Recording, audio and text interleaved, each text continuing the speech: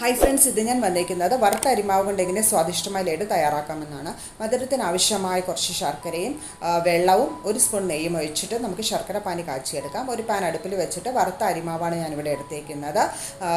അതൊന്ന് ലോ ഫ്ലെയിമിൽ വെച്ചിട്ട് ഒരു കളർ ചേഞ്ച് ആവുന്നവരെ ഒന്ന് ഡ്രൈ റോസ്റ്റ് ചെയ്തെടുക്കാം. അതൊരു പാത്രത്തിലേക്ക് നമുക്ക് മാറ്റാം. ശർക്കര പാനി പ്രത്യേകം ശ്രദ്ധിക്കുക. നല്ല നൂൽ പരുവമാവുന്നത് വരെ നന്നായിട്ട് കാച്ചിയെടുക്കണം കേട്ടോ. പിന്നെ ആ പാനിൽ തന്നെ നമുക്ക് കുറച്ച് ഡ്രൈ നട്ട്സുകൾ എടുക്കാം. ഞാനിവിടെ ഒരു വാൾനട്ടും ബദാമും കുറച്ച് തേങ്ങയാണ് ഞാനിവിടെ യൂസ് ചെയ്തേക്കുന്നത്. അതും നന്നായിട്ട് ഡ്രൈ റോസ്റ്റ് ചെയ്തെടുക്കാം. അതും നമ്മുടെ വറുത്ത മാവിലേക്ക് ഇട്ട് കൊടുക്കുക. അതിലേക്ക് നന്നായിട്ട് ആ ചൂടോട് അടുപ്പിൽ നിന്ന് എടുത്ത ചൂടോടുകൂടെ തന്നെ ആ ശർക്കര പാനി മാവിലേക്ക് ഒഴിക്കുക. കാരണം പച്ച മാവാണ്. അപ്പം ആ ശർക്കര പാനിയുടെ ചൂട് കൊണ്ടാണ് ആ മാവ് വേവാനുള്ളത്. അത് പ്രത്യേകം ശ്രദ്ധിക്കുക. അതിലേക്ക് ഒരു സ്പൂൺ നെയ്യും കൂടെ ഒഴിച്ചു കൊടുക്കുക.